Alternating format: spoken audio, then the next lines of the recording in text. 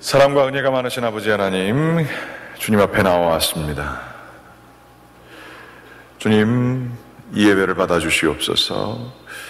저희가 이제 주님의 말씀을 받습니다. 주님 말씀에 생명이 있음을 저희들이 기억하게 하시고, 이 말씀에 저희의 삶을 새롭게 하고 저희의 삶이 새로운 방향을 가지고 목적을 가지게 되는 능력이 있음을 믿는 기대를 가지고 이 시간 임할 수 있도록 성령님 또한 저희의 마음을 열어주시옵소서. 아버지 하나님, 이 시간 주님께서 함께해 주시고 붙들어 주실 것을 믿사오며 예수 그리스도의 이름 받들어 간절히 기도드렸습니다. 아멘.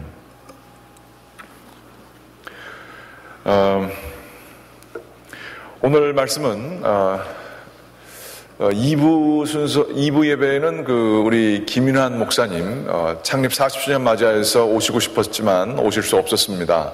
그래서, 방문하실 기회가 있으셔서 오늘 2부 예배 때, 김윤환 목사님께서 말씀 전해주시게 됩니다. 그래서 제가, 1부 예배도 좀 오십사 부탁을 드렸는데 사정이 있으셔서 못 오셨거든요. 그래서 제가 맡게 됐습니다.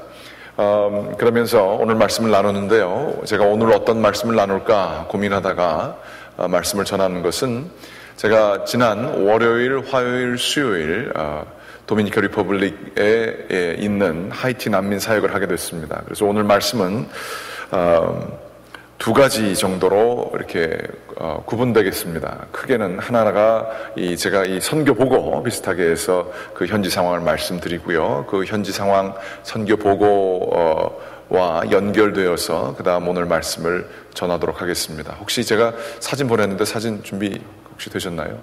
안 되셨어요? 제가 이메일 보내드렸는데 그러면 제가 오늘 말씀 먼저 나누고요. 나누는 동안에 화면 보여주시면 감사하겠습니다.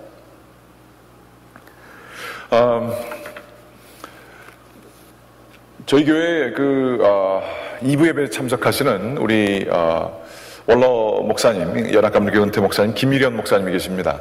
김일현 목사님께서 우리 교회에 이제 출석하신 지가 벌써 한 2년이 넘는데요. 그분과 더불어서 이야기를 나누다가 어떤 한 선교사님 이야기를 듣게 됐습니다. 그것은 도미니카 리퍼블릭에서 사역하시는 분이셨습니다. 신현재 선교사님이셨습니다. 그분에 대한 이야기를 하시면서 이런저런 얘기, 그리고 그 예전에 섬기시던 그 김일현 목사님께서 섬기시던 교회에서 그쪽에 교회 건축도 하셨다라는 얘기를 듣고 그냥 지나쳐 흘리던 차에 제가 거기에서 선교지를 제가 많이 다녀봤는데요. 여러 번 다니면서 느끼는 것은 중남미 지역의 선교는 교회를 세워주고 그 교회 공동체를 만드는 것도 매우 중요한 일입니다만 동시에 자라나는 세대들에게 정말 중남미에 물들여져 있는 세계관이 아니라 바른 성경적인 세계관을 가지고 교육을 시켜주는 것이 얼마나 필요한가를 느끼게 되고 학교 사역에 마음을 두게 되었습니다. 그런데 김일현 목사님께서 말씀하시는 과정 중에 그쪽에 학교가 하나가 있는데 선교사님이 세우신 학교인데 이 학교 사역이 제대로 되지 않는다. 지금 굉장히 어려운 상황에 처해졌다라는 얘기를 지나치면서 해주셨습니다. 그래서 이제 제가 지난 월요일, 화요일, 수요일 날 가게 되었습니다. 학교 사역뿐만이 아니라 하이티 난민 사역을 저희들이 나누게 되었습니다. 도미니카 리퍼블릭과 하이티는 혹시 잘 모르시는 분들이 계시겠지만 미국이 있으면 미국에서 이렇게 좀 내려가면 쿠바고요. 쿠바 밑에 이제 위치한 섬입니다. 한 큰 섬에 한 3분의 1은 하이티 사람들이 살고요. 얼마 전 지진이 크게 일어난 한쪽은 도미니카 리퍼블릭이 있습니다. 도미니카 리퍼블릭에는 한 1,000만 정도가 살고 있는데 소득 수준은 1년에 한 평균 10,000불 정도가 된다고 합니다. 한 달에 한 800불 정도 평균으로 받고 사는 거죠. 그래도 그게 제법 괜찮은 편입니다. 그런데 이렇게 중남미 치고는 좀 괜찮은 이러한 나라에 하이티에서 지진이 나게 되자 하이티에 살고 있는 사람들이 200만 명이 도미니카 리퍼블릭으로 이주하게 됩니다. 초청하지 않았는데 사람들이 그냥 국경을 넘어서 오게 되는 것이죠. 이 두 나라는 별로 좋지 않은 역사를 가지고 있습니다. 하이티에 사는 사람들은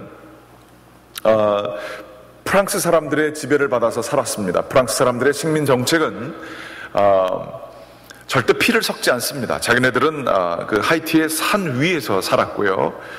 그 다음에 이 가난한 이 흑인들은 그 산 밑에 쪽에서 살아서 피해는 이 산 밑에 있는 사람들이 다 얻게 됐다고 그러죠. 하이티를 프랑스 사람들이 지배하게 될 때에 서부 아프리카에 있는 그 일 잘하는 흑인들을 노예로 데려와서 그 하이티에 거주를 시켰습니다. 그래서 몇백 년이 지났지만 지금도 서부 아프리카의 언어 크레올 언어라고 하는 것을 그 사람들이 쓰고 있고요. 프랑스와 더불어서 그 프랑스의 그 식민 지배자들과는 전혀 그 노동력을 제공해 주는 것 이외에는 관계가 없었고 교육도 시키지 않았습니다. 반면에 도미니카 리퍼블릭 이쪽에는 그 스페인이 지배를 했는데요. 스페인이 지배를 할 때 스페인 사람들은 피를 많이 섞었다 그럽니다. 그래서 그 중남미 지역의 대부분의 경우에 스페인 사람도 아니고 그리고 원주민도 아닌 그 피가 섞인 사람들이 많이 살고 있습니다. 그 사람들이 주가 되는 게 이 도미니카 리퍼블릭입니다. 그런데 이 두 나라 사람들이 그래서 말씀드리고자 하는 것은 하이티 사람들은 대부분 새까만 흑인이고요. 중남미 지역에 그렇게 흑인이 많지 않습니다. 그런데 하이티만은 흑인들이 있습니다. 그리고 도미니카 리퍼블릭에는 그 우리가 알듯이 그 중남미 사람의 그 모습을 가지고 있었습니다. 색깔이 달라요. 그래서 좀 하얀 색깔이 들어간 사람들이 흑인들을 굉장히 무시한다고 그러죠. 과거의 역사에 두 나라에 무슨 역사가 있었냐면 하이티 사람들이 전쟁을 해서 워낙 힘이 좋으니까 도미니카 리퍼블릭을 점령했던 적이 있었습니다. 그것을 독립해서 그 독립 기념으로 탑을 만들었고요. 그 탑이 도미니카의 가장 중요한 그 관광 유적지가 되는 것을 또 볼 수가 있습니다. 그 정도로 하이티와 그 도미니카의 관계는 한국과 일본의 관계와 비슷하다고 볼 수가 있습니다. 그런데 한번 생각해 보십시오. 이런 과정 중에 200만이 넘는 사람들이 자기네 뒷뜰에 저쪽 들편에 그 물이 있는 곳에 아주 못 사는 난민들로서 사는 모습을 가지고 있었던 것입니다.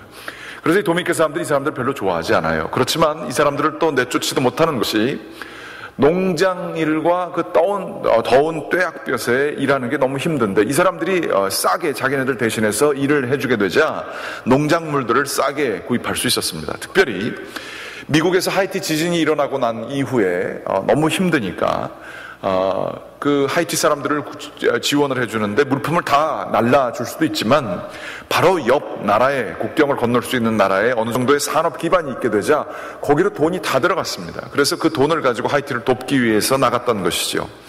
그래서 도미니카 리퍼블릭은 오히려 하이티 지진 때문에 값싼 노동력, 농장에서 일하는 사람들을 얻게 되었고요.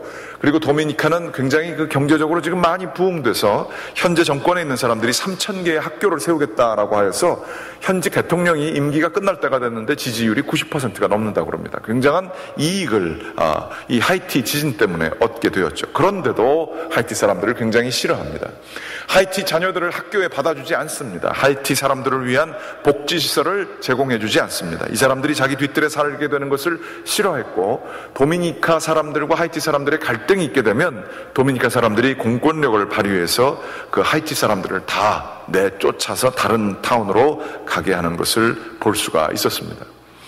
이 하이티 난민들을 향한 우리 신현재 선교사의 마음이 있었습니다. 원래 도미니카에 다른 목적을 가지고 왔었는데 목회자로서 목회를 하다가 지진이 일어난 이후에 밀려오는 하이티 사람들, 그 난민 사람들을 보고 마음이 아파서 그 사람들이 모인 곳에 굉장히 그 개신교의 그 모임이 있는 것을 알고 교회를 세워주기 시작했습니다. 그 저쪽 뒤쪽에 후미진 곳에서 모여서 살고 있는 하이티 사람들을 위해서 아는 인맥들을 다 동원해서 교회를 지어주고 그 사람들을 위한 학교를 지어주고 하는 일들을 하는 것을 제가 보고 왔습니다. 이제 화면 좀 준비된 게 있나요? 예, 좀 화면 좀 보여주시면 감사하겠습니다.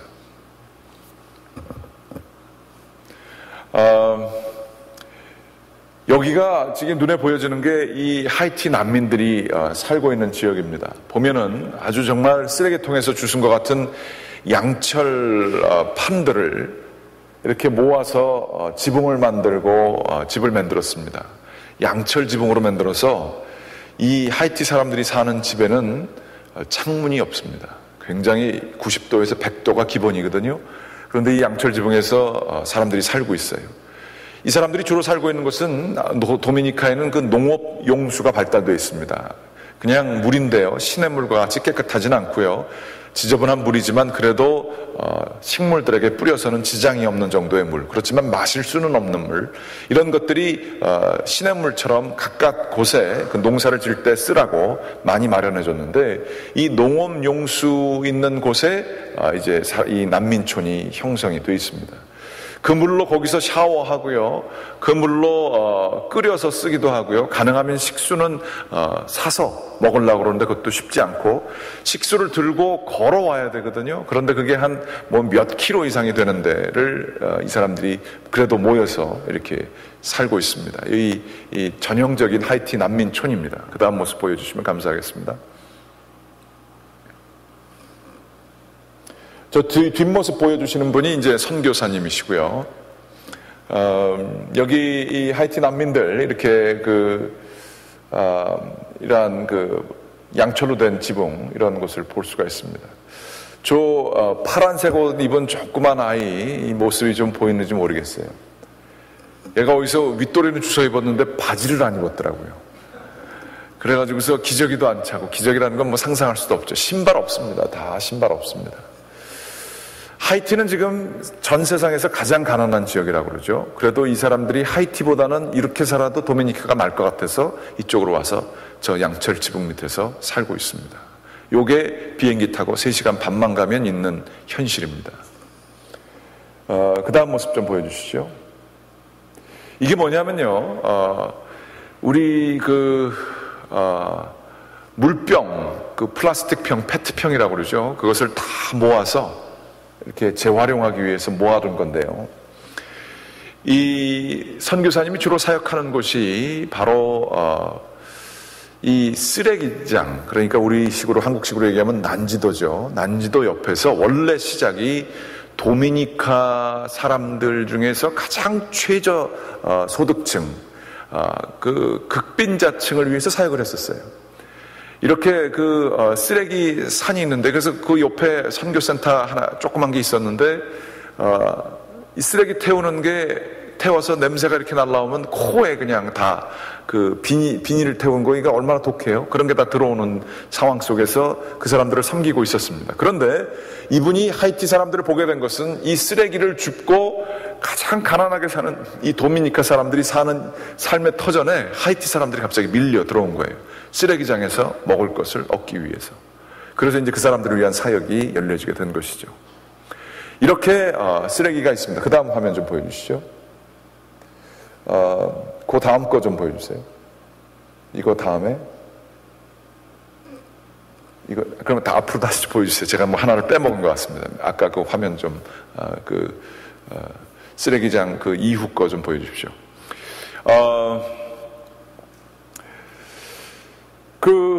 이 원래 사역을 하면서 이 가장 극빈층의 쓰레기장 옆에서 사는 도미니카 사람들을 위해서 학교를 이분이 한 6년 전, 7년 전에 세웠습니다. 그 다음 화면입니다. 그러면서 그 학교를 세워주고 아이들을 공부를 시켰는데요. 이 화면은 이 얼굴을 좀 보시면 알겠지만 이게 제가 잘 찍었는데도 애들이 얼굴이 까맣죠. 얘네들은 하이티 애들입니다. 눈 이외에는 보이지가 않아요. 하이티 애들을 위한 학교를 따로 좀 줬습니다.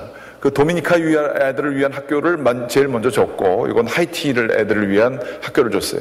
이 선교사님이 이 학교들을 만들고 교회들을 만들면서 자기 이름으로 다 할 수 없으니까 법인단체를 만들었는데, 희망재단입니다. 이 사람들에게 희망을 주기 위한 재단을 만든 거죠.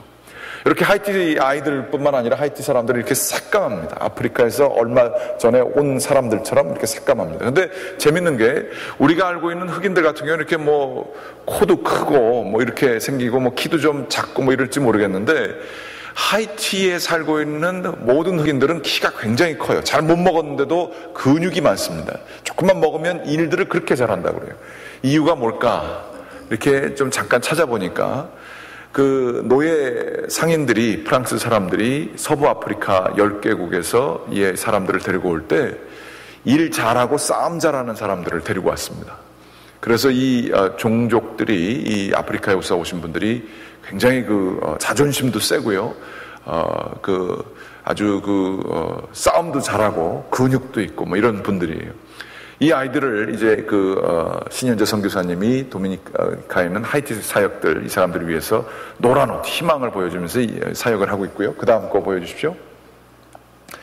요거는 잘 안 보이는데 여기 있는 아이들은 도미니카에 있는 아이들이에요. 이게 이제 첫 번째 찍은 사진인데요. 그 첫 번째 지은 학교에서 도미니카의 최저층 아이들을 교육시키기 위해서 노란 옷을 입혀놓고 찍은 사진입니다. 그 다음 사진 보여주십시오.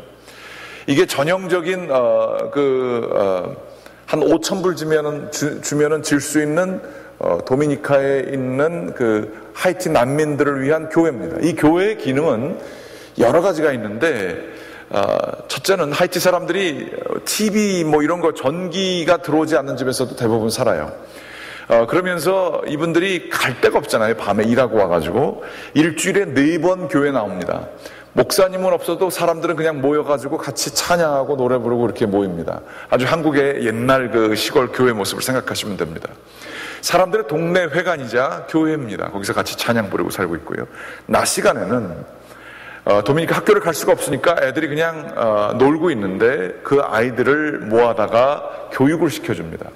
이 신현재 선교사님, 이분은 이 가운데 있는 분은 하이티 난민 중에서 좀 똑똑해서 교육을 좀 고등학교까지 하이티에서 나온 것 같아서 거기 현지 목사님으로 세우신 분이시고요. 오른쪽에 계신 분이 김일현 목사님, 저쪽에는 등치 큰 사람이 저고요. 잘 안 보이실 것 같아서. 그런데, 신현재 선교사님의 이 법인 가운데에 하이티 난민을 위한 교회가 17개나 세워졌고요. 그 중에 한 10명의 하이티 목사님들이 세워졌습니다. 근데 이 법인 단체에서는 지원받는 데가 특별히 없어요. 그래서 개교회에서 십시일반 도움을 받고 있는데 목사님들에게 월급을 주지 않습니다. 요거는 이제 신현재 선교사님이시고 도미니카에 있는 난민, 가난한 사람들을 위해서, 그 사람들을 위해서 애들을 교육시켜주는 그림입니다. 목사님들에게 월급을 주지 않는데 선생님들에게 한 달에 100불 정도를 주면 하이티 난민들을 위한 학교, 원룸 스쿨을 만들 수가 있습니다. 그래서 애들이 다 와서 원룸 스쿨의 목적은 글을 읽고 이해할 수 있는 게 이제 그 학교의 목적이에요. 그래서 한 30-40명 정도를 이 조그만 교회, 5,000불 되는 교회에 모여서 이렇게 하고 있습니다. 이 신현세 선교사님이 그래서 교사들을 위해서 100불 주면 이제 할 수 있고요. 아까 보여준 도미니카 최저층을 위한 사역을 하는 데는 선생님 한 분이 한 200불 정도 받으면은 도미니카 사람으로서 좀 이렇게 교사 자격증 있는 사람들을 써서 할 수가 있다고 그럽니다. 한 90명 정도의 학생들이 지금 도미니카 난민층을 위해서 있는데요. 그 학교에 선생님이 6명이고 교장 선생님이 계신데 이신현 선교사님은 그냥 법인단체 총책임자고요. 그런데 그 학교가 한 3교회가 2교회와 한 분의 개인 후원자가 해서 한 1,800에서 2,000불 정도가 한 달 운영비라는 거예요. 아이들에게 밥도 주고 선생님 월급 주고 해서 한 달에 2,000불이면 학교를 한 90명 되는 거를 운영할 수 있는데 한 교회는 싸워가지고 교회가 나눠져가지고 더 이상 후원을 못하고 한 교회는 후원을 안 하기로 해서 빼버리고 한 번 독지가만 남았다는 거예요. 그래서 그 나머지 부분을 지금 하고 있지 못하고 그래서 학교를 못하든가 아니면 그냥 동네 회관으로 만들든가 이러한 생각을 가지고 있는 차에 제가 가게 됐습니다. 이제 선교위원회와 더불어서 이 앞으로 사역을 좀 결정하게 되겠습니다. 어떻게 우리 교회가 도움이 될 수 있을지. 지금 생각으로는 예전에 하던 방식, 그분들이 하던 방식대로 한 아이를 한 달에 후원하는 게 한 30불 정도 이렇게 든다 그럽니다. 요렇게 들게 되면 뭐 많은 것을 할 수가 있다 그래요. 그래서 한 30-40명 정도 후원을 받아서 우리 교회 교인분들 중에서 한 30불 이렇게 되는 아이들 이렇게 한 달에 이렇게 좀 30불씩 후원해 주는 걸 지금 생각하고 있고요.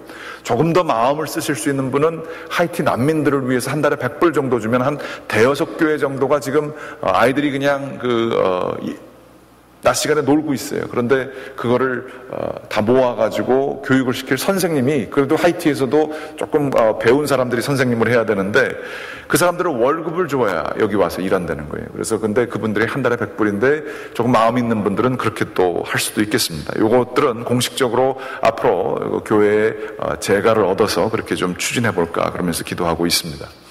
제가 준비하면서요, 아주 재밌는 것을 발견했습니다. 이 상황을 보면서, 한 두 가지 정도에서 보았습니다. 첫째는, 도미니카 사람들은 교회에 일주일에 4번만 나올 뿐만 아니라, 한 번 모이면 3시간씩을 찬양을 하고, 기도를 하고, 자기네들끼리 담소를 나누고 그렇습니다.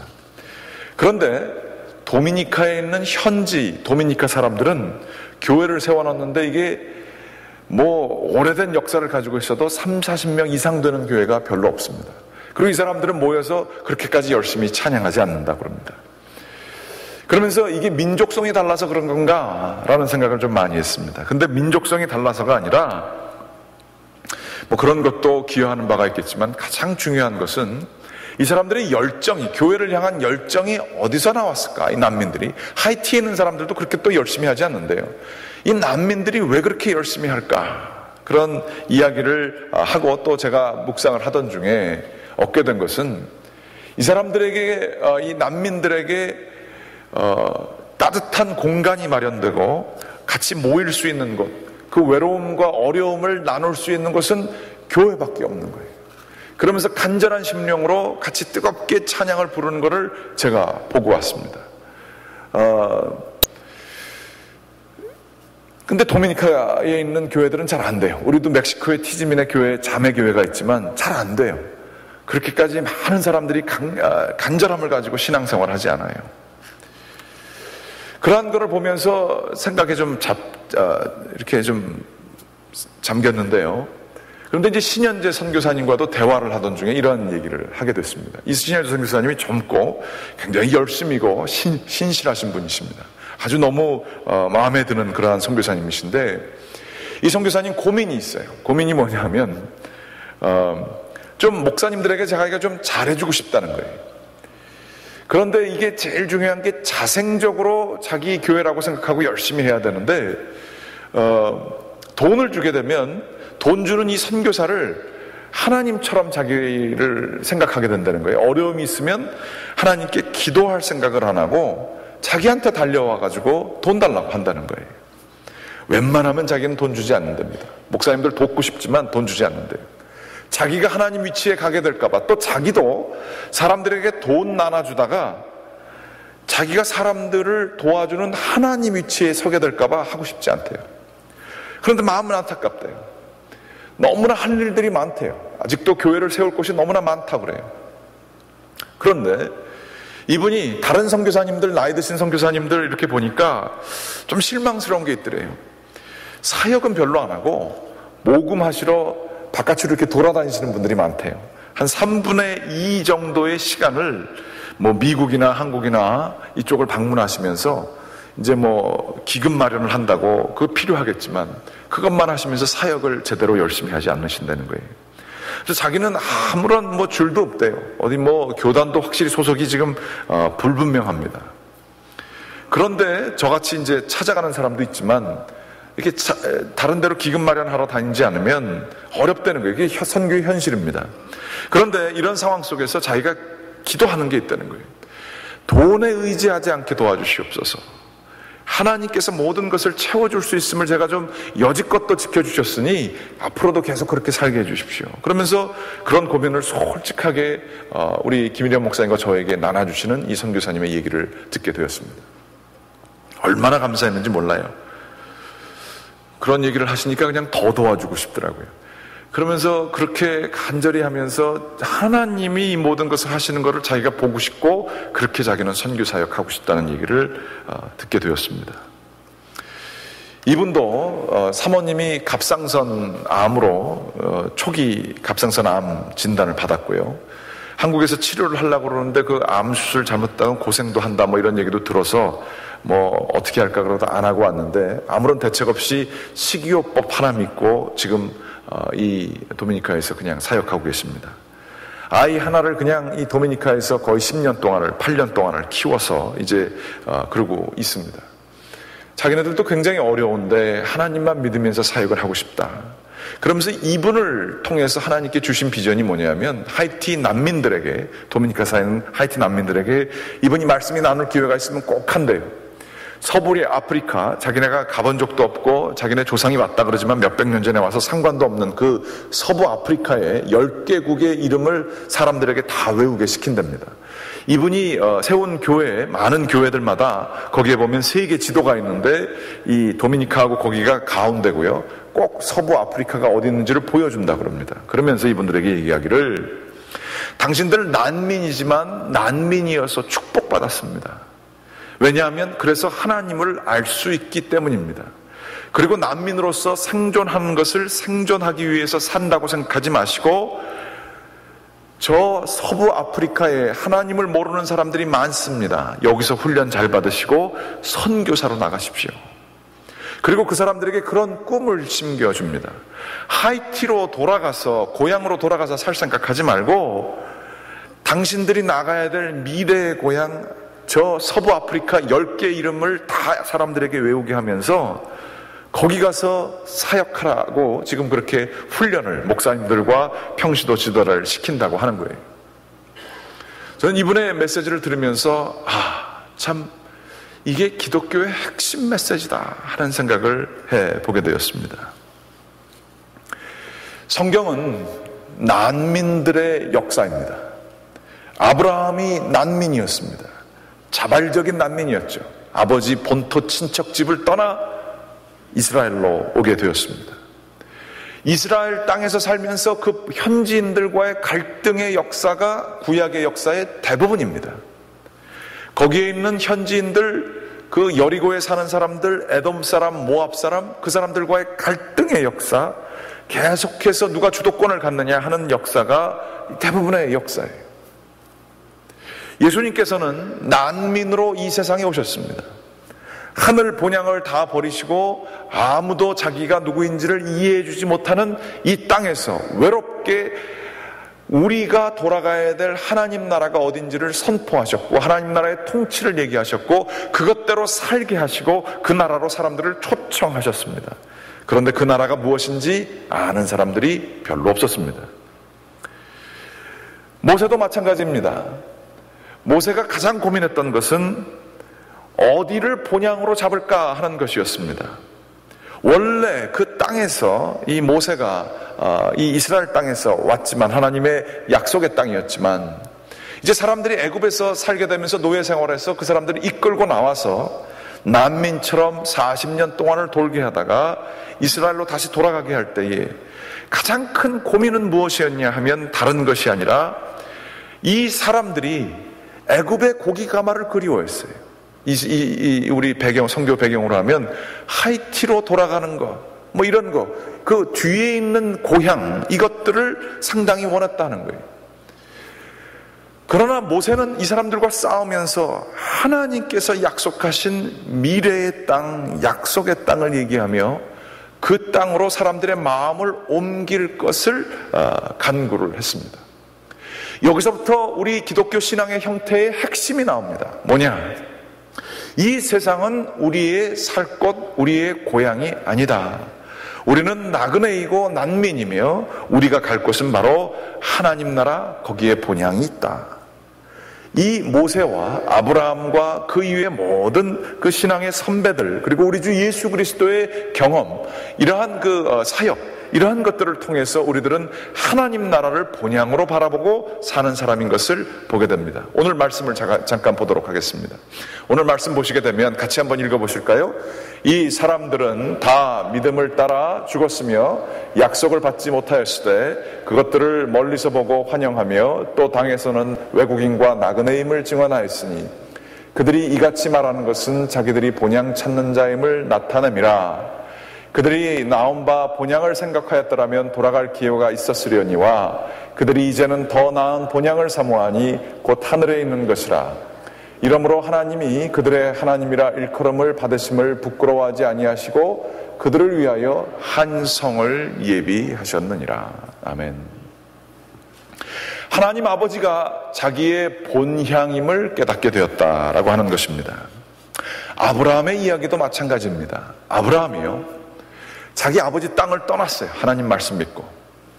그러다가 이제 우여곡절 끝에 아들이 나타났어요. 이 아들이 이제 자기 고향이 되는 겁니다. 얘를 통해서 이 땅에서 내가 이제 가문의 뿌리를 내리게 되고 이 세대가 이루어지겠구나. 이제 안정이 보였어요. 그런데 하나님은 이 이삭을 바치라고 그러셨습니다. 그런데 아무런 주저 없이 이 아브라함은 이삭을 주님께 바쳤어요. 바치려고 다 했어요.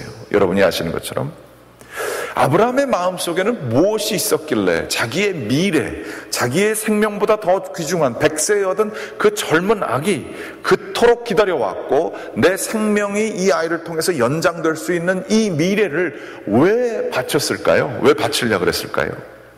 아브라함은 분명히 오늘 말씀처럼 모세가 그렇게 싸웠던 것처럼 눈에 보여지는 이 세상 속의 안정이 아니라 하나님 그분이 나의 본향이 됨을 믿고 살았던 사람이었습니다. 그래서 하나님을 바라보며 하나님이 모든 것의 원류가 되시고 이 세상에서는 아무리 좋은 것 나의 이삭이라 할지라도 여기는 나의 고향이 아님을 알고 그것을 기꺼이 희생시키려고 했던 사람이라 아브라함은 믿음의 조상이 되었던 것을 볼 수가 있습니다. 믿는 사람들은 누구일까요? 자신이 난민임을 인정하는 사람입니다. 이 세상 속에서 안정적으로 살아가고 이 세상 속에서 편하게 살아가는 것, 이것이 자신이 추구해야 될 목표가 아님을 선명히 아는 사람이고 그것을 기꺼이 희생해서라도 하나님께서 마련하신 그 본향을 향해서 나아가려고 수고하는 사람들, 이게 믿음의 여정을 걸어가는 사람들의 발자취인 것을 볼 수가 있습니다. 우리 이민교회도 난민 멘탈리티가 있었던 곳이고 지금도 있습니다. 한국에서 와서 말도 안 통하고요, 어렵고요, 잘 되지 않을 때에 우리는 교회에 나와서 눈물을 흘리면서 기도를 했고 교회에서 말씀을 배우면서 희망이 무엇인지를 우리들은 깨닫게 되었습니다. 기도 열심히 하면 하나님께서 축복하실 것이다 라고 우리들은 설교했고 들었고 그것을 따라 살아왔습니다. 지금도 마찬가지로 그렇게 살고 있습니다. 그런데 이민교회 초기 그때보다 우리들의 기도의 열정은 많이 줄어들었습니다. 하이티 난민에서 도미니카 사람이 좀 돼버렸습니다. 하나님을 간절히 찾고자 하는 게 별로 없어요. 그 이유는 이 세상에서 먹고 살만하기 때문에 그렇습니다. 이 세상을 고향으로 생각하고 애굽의 고기가마를 추구하는 그러한 마음들이 저희 가운데 있기 때문이다 하는 생각을 제가 말씀과 오늘 이 월화수 갔다 온 경험을 통해서 받게 되었습니다. 그러면 우리는 어떻게 하면 하나님 본향을 찾을 수 있을까요? 천국이 있음을 여러분 정말로 믿으십니까? 천국이 우리의 것임을 진정으로 믿으십니까? 우리가 그것을 정말 믿는다면 다 누릴 수 있고요, 우리의 것 열심히 일해서 좋은 것들을 가져야 되지만 우리가 다 여기 거를 내 거라고 다 얘기할 수 있는 자격도 있고 뭐 당연한 것들이지만 믿는 자들은 정말로 수고해야 될 것은 여기에 있는 것이 나에게 이삭과 같은 존재, 하나님보다 이것이 더 중요하게 된다고 한다면 기꺼이 이것들을 나누는 삶, 절제하는 사람들을 살아야 할 것입니다. 그리하여 우리의 장차 나아갈 본향, 하나님 나라를 보면서 나아가게 될 때에 우리의 신앙의 역동성이 있을 것입니다. 제가 과감히 여러분들을 초청합니다. 바쁘신 줄 압니다. 그리고 시간 내실 수 없는 건 압니다. 하지만 기회가 되시면 저하고 하이티 난민 사역에 좀 같이 가시겠습니까? 올해 제가 기뻐하는 것은 우리 교회 70명이 넘는 그 교우들이 6군데로 사역을 떠나게 됩니다. 얼마나 감사한지 모르겠습니다. 그렇지만 혹시 올해 못 가시거나 여지껏 선교를 못 가신 분들에게 제가 챌린지합니다. 혹시 시간 내셔서 선교하시러 갈 수 있겠습니까? 그런 면에서 좀 내려주실 수 있겠습니까? 혹시 너무나 힘드시면 이 힘들고 어려운 선교 사역을 하는 많은 사람들을 위해서 여러분의 물질, 헌금도 헌금이지만 그쪽으로 좀 나눌 수 있겠습니까? 자꾸만 내가 즐길 수 있고 내가 가질 수 있는 많은 것들을 내어놓음으로 하나님께서 우리의 본향 되시고 돌아갈 고향됨을 우리들이 증거하고 믿는 그러한 신앙생활을 하게 될 때에 하나님은 저희 가운데에 더 많은 은혜와 축복으로 함께해 주실 것을 믿습니다. 원하고 기도드립니다. 우리의 삶의 지경을 넓히게 되기를 원합니다. 영적인 눈, 시야를 넓히게 되기를 원합니다. 세계에는 지금 정말로 많은 사람들이 가장 가난하게 사는 사람들이 세상에 너무나 많이 있습니다. 우리는 물질적으로 너무나 많이 축복받은 사람들입니다. 원하고 기도하옵기는 우리가 이 눈이 가려지는 것이 아니라 하나님을 우리의 참된 구주로 받아들이고 그분을 위해서 헌신하게 될 때에 우리의 가진 것들을 더 나눌 수 있게 되는 주님의 백성들 되기를 주님의 이름으로 간절히 축원합니다. 기도하시겠습니다. 사랑과 은혜가 많으신 우리의 주님 앞에 나와왔습니다. 간절히 원하고 기도하옵기는 저희들이 이 세상을 마치 내가 영원히 살 것처럼 사는 착각 속에 살지 않도록 도와주시옵소서. 주님의 나라, 하나님의 나라를 바라보는 사람으로, 하나님의 나라를 기다리는 사람으로 이 인생을 살아갈 수 있도록 인도하여 주시옵소서. 주님, 난민의 자세를 가지고 이 세상의 영광스러운 것을 저희들이 추구하는 것보다 하나님의 이름을 높이는 것을 주님이시여 더 기뻐하는 자들 될 수 있도록 또한 인도하여 주시옵소서. 주님만 믿고 사는 자들에게 큰 축복이 있음을 믿습니다. 아버지 하나님 인도하여 주시옵소서. 이 모든 말씀 예수 그리스도의 이름으로 기도드렸습니다. 아멘. 다 같이 일어나셨습니다.